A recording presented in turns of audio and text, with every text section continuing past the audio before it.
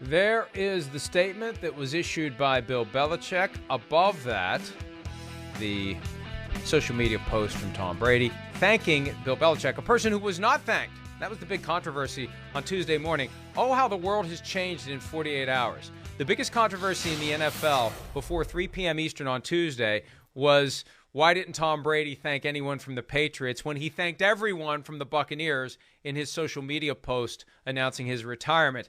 That changed abruptly when Brian Flores filed his lawsuit. It really is amazing that on the day of the retirement of the greatest player, the most accomplished player in NFL history, he had maybe 4 hours before it was dramatically overshadowed. He should retire again. I mean, it's already been twice now. Why not?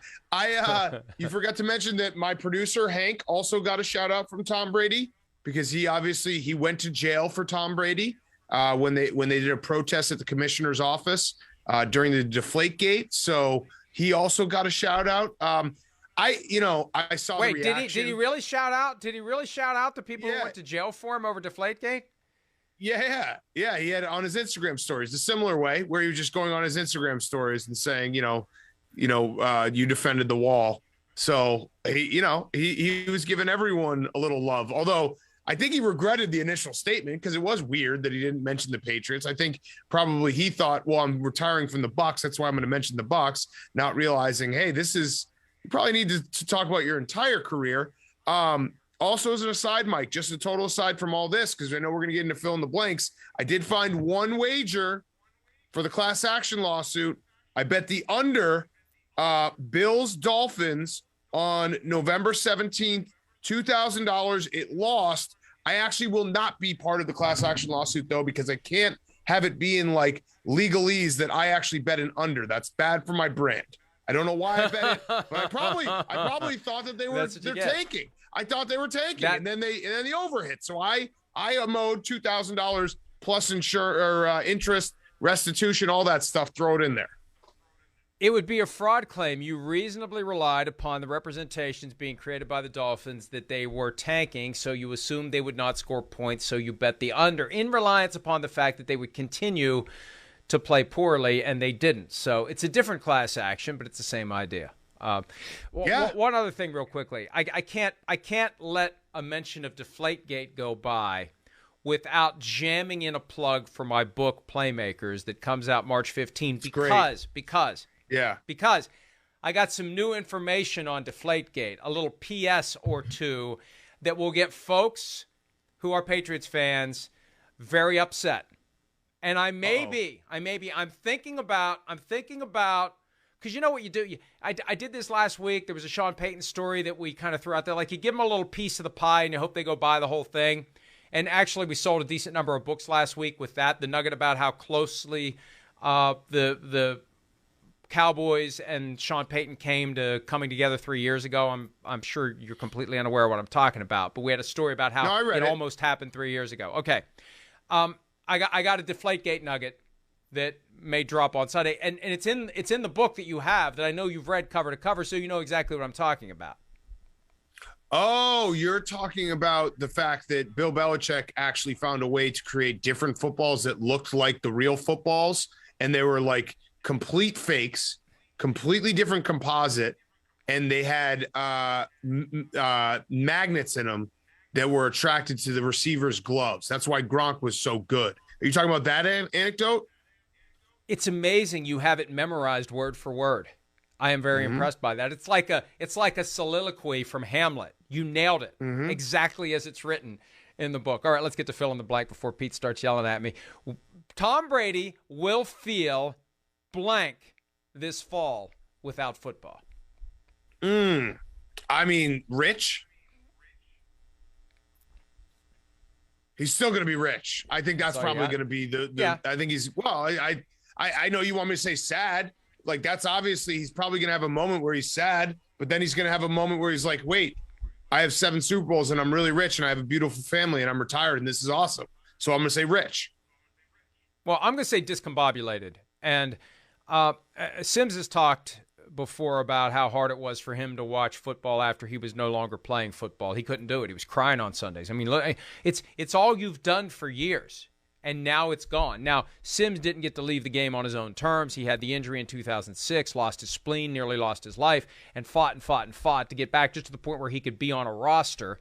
And I respect him for continuing to push. And when it was finally over, it hit him hard. For Brady, and Brady said himself, I don't want to turn on the TV and watch a game and say, these guys suck, I can still do it. Well, guess what? Plenty of them suck, and he can still do it. So I think he's not going to feel right. He's going to need to find something else, and maybe it's gambling. He's going to need to find something else that gives him that dopamine rush, that makes him feel good, activates the pleasure center if he wins, and if he loses, gives him enough of a kick in the ass to get motivated to go out and do what he can so the next time around he doesn't lose. He's got to find something. And I think he's eventually going to own a team, and I think he may have the money to be the Stephen Ross owner, not the I own 0.2% of the Pittsburgh Steelers type of an owner. I think he's got the resources and will have the resources in time to come in and be the Bezos who takes over. Not that he's ever going to have the money that Jeff Bezos has, not that anyone will, but I think he could have enough money eventually to be the controlling owner of a team. That would be very interesting if he was an owner, because there's not many owners that have that type of football expertise. Would he be a Jerry Jones type where he'd hire Jim Harbaugh? He'd hire Jim Harbaugh. I guarantee he'd hire Jim Harbaugh. But we've seen it happen. Michael Jordan, he hasn't had the best record as an owner / GM, at various points in his post career. So, I could see him owning a team. Absolutely. We will feel blank this fall without Tom Brady. It's going to be weird. It's going to be weird without Tom Brady, without Ben Roethlisberger. But I would say that just when you think, we've had this discussion on Pardon My Take, I've thought about it, because what did we have the last few years? We had Peyton, we had Eli, we had Phil Rivers, we had Breeze, Brady, Roethlisberger, all these guys retire, that they were our Sundays for the better part of 2 decades. But how it always works in life, if you look at the NFL right now, it couldn't be better like what we have coming down the pipe. And I think if you flash forward 20 years from now, I'm probably dead. Florio's still alive, but we're saying, like, what's it going to feel like with no Burrow and Mahomes and Herbert and Justin Fields, these guys that are Hall of Famers that all won multiple Super Bowls? What is it going to feel like? And it's going to be like, well, there's going to be another crop. It's funny you mentioned that 20 years from now, because we were talking about you at family dinner the other night, and my wife pointed out, you're old enough to be his father. And I'm 20 years older than you. 20 years.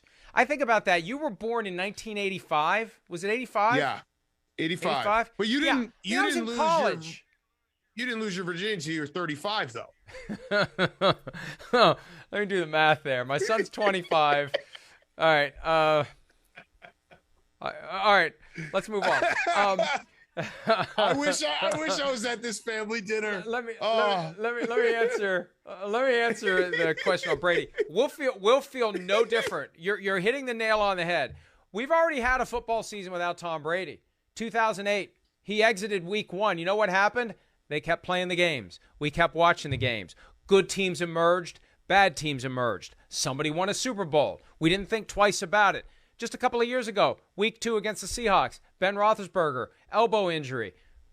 Train keeps rolling. Every year, train keeps rolling. It's like the old Madden game when the ambulance actually rolled out onto the field and scraped the guys off. I hate to say it, but that's what happens. Whether it's injury or retirement or whatever, the game keeps going and guys get forgotten quickly. You're right, but I think that if we didn't have the young talent that we have right now in the quarterback position, it would feel a lot more different. Because at the end of the day, what is the most important position in all of sports? It's the quarterback. And what do we tune in for on Sunday Night Football, on Monday Night Football, on Thursday Night Football? It's the quarterback. So if Tom Brady and all these guys had retired 5 years ago, and we were like, well, what are we working with here?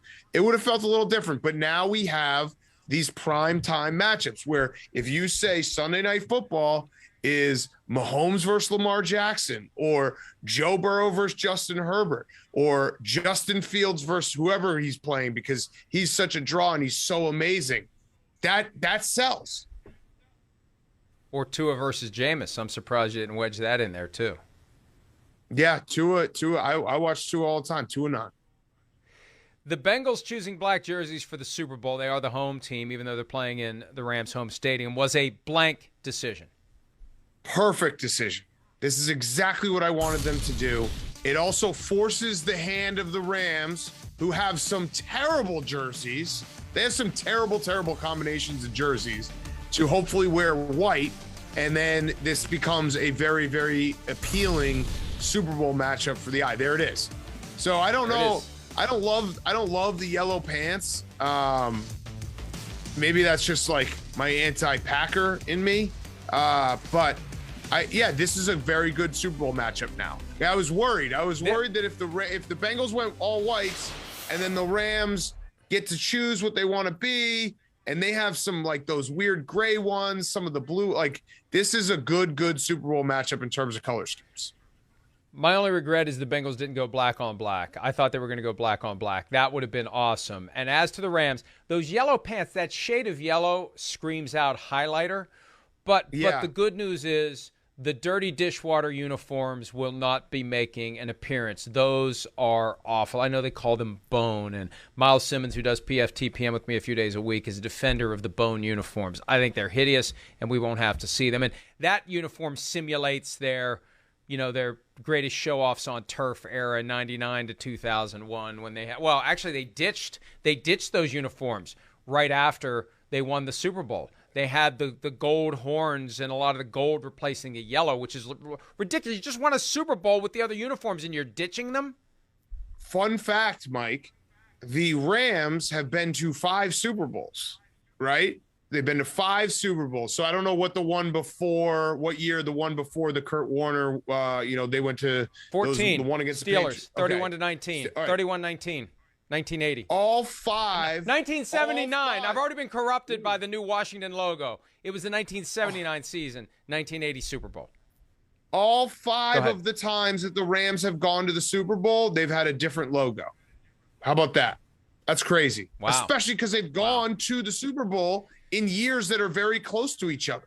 You know what I mean? Like remember they changed their logo 2 years ago or whatever it was. And they also it would have been all 5 teams as well, that they would have worn different helmets for all 5 Super Bowls, except for the fact they wore the throwback helmets against the Patriots. Kind of a fun little fact that I just brought to Pro Football Talk. Thank you, all the people in the UK. You love that fact. And, the other fact is I think they currently have 5 logos now. I don't know what their official logo is. Everywhere you look, there's another logo. And there's one logo that let's move on to the next one. The Pro Bowl using spot and choose for kickoffs is blank. Well, I don't even know what this means. You don't know what spot and choose is? Well, I'll tell you what it is. The Ravens proposed this last year as the way to start overtime. They're going to use spot and choose for the first half and the second half of the Pro Bowl. One team, the team that would be kicking off, picks where the drive will begin, and the other team decides whether to be offense or defense. So, for example, the NFC will say, drive starts on your minus 13, on your own 13-yard line. The AFC has to decide whether to take the ball, 1st and 10 on their own 13, or say, we'll play defense, you take the ball. That's one of the ways, supposedly, to make overtime more fair, although I used to think it was a good idea, but I think of that Bills-Chiefs game from a couple of weeks ago. If the Bills would have said the drive starts on the 1, the Chiefs would have said, we'll take the ball, and we're going to score Matt Hasselbeck style, but they actually would have scored. So I like this. It's weird. It's different. I like it. It also answers the question when everyone's like, hey, what does Mike Florio do for the other 7 months of the year when football's not on? Like, we know Big Cat, he likes to watch all sports. He watches college basketball. He watches NBA. He watches hockey. He watches baseball. He has a life, all these things. You know what? Pete just got in my ear and said, I'm not supposed to make fun of you, so I'm going to stop right there. But you can make your point. You're fine. No, I know what you're going to say, that I'm a football nerd all year long. What I would have said is, hypothetically, what I would have said if I didn't already agree to just be nice to you this whole time, I would have said that Mike Florio decides not to watch other live sports and instead consumes rules that don't even get enacted. That's what I would have said. Hey, Hey, understanding what's going on in the NFL requires a full commitment all year round. I'm constantly thinking about it, writing about it, talking about it, even Mike, in the low point of the offseason. I have no interest in any other sports. And look how like important you knowing what spot and choose is, because this segment right here, you were finally able to flex spot and choose, and a lot of people are like, "Wow, that's incredible." I was going to say something really funny, and I can't remember what it was, which probably you realize you're it's not very funny. It's probably not very funny. Hey, thanks. See, now you got license to be an ass. We only have 37 minutes left. All right. The Washington Commanders, the new name of the Washington football team, your pardon my take, co-host favorite team. He seems to be dismayed. I can't tell whether it's a bit or not. Washington Commanders will sound normal in how long? Welcome to my world. Never know what's a bit or not, but yeah, I think it's I'm already like moved on. I put out this idea on Tuesday before they actually announced it. I said, listen, they're going to announce it. People are going to freak out. People are going to get mad for about 24 hours. Then we're going to move on. And that's going to be it. I couldn't even remember what the formerly Indians had changed their name to. I thought it was the Spiders. Someone said, no, it's the Guardians. I was like, that tells you everything you need to know. I was probably mad about the Guardians if you go back and look at that day. And then I moved on. And then when they play football, we won't care. When the Washington Commanders kick off next September, we will not care what their team name is. The name doesn't bother me nearly as much as the uniforms bother me. I don't like it. It just doesn't. It seems amateurish to me, looking at the uniforms. And it may just be a get off my lawn vibe. I'm a big fan of the classic uniforms, the Bears, the Packers, the Cowboys, the Raiders. I mean, it was a big deal when the Steelers went from the block letters to the more stylized letters, 1995-ish, and put a logo on their jersey. That was a big deal. They don't have a logo on this side of the helmet, so they put a logo on this side of their jersey. That was huge. That was a major change. I like the old school uniforms. I like it when I see the Browns and Packers play. I like it when I see the Packers and the Bears play. I like it when I see the Cowboys and the Raiders play. I like those old uniforms. But Nike's constantly pressuring every team out there to change. Yeah, no, I agree with you on that point. I do think that the Washington Commanders screwed up in that the Red Hogs would have been a great name, because fans can get, like, just pick an animal. You know what I mean? Fans like that. They like that. It's you're the Hogs. You have history in that name. That was the only mistake they made. Otherwise, I don't really care, and I honestly think that we're going to just move on as soon as they start playing. The patch is a huge mistake, and they can still fix it because they have the years that they won championships, but they went with the literal years. 1992. No, it's 1991. You won the 1991 Super Bowl. Yes, it's played in 92, but, you know, it's not the 86 Bears, as Pete says. It's the 85 Bears. They won the Super Bowl in 86. So this is goofy. And also, I guess they don't expect to win many more Super Bowls, because if they win more, then they got to change the whole patch. And there isn't a whole lot of room there. So they're budgeting like maybe one or two more for the future of the franchise. But I think it feels like it was overcooked, overworked, overcommitted. Too many people trying to justify their existence to come up with this. And, you know, I fully expected a team owned by Daniel Snyder to ultimately do they got Ron Rivera going for him, and Jason Wright's doing a nice job, but the rest of it is still not where it needs to be. Hi, I'm Mike Tirico, and thanks for watching. Make sure to hit subscribe for the latest news and highlights from NBC Sports.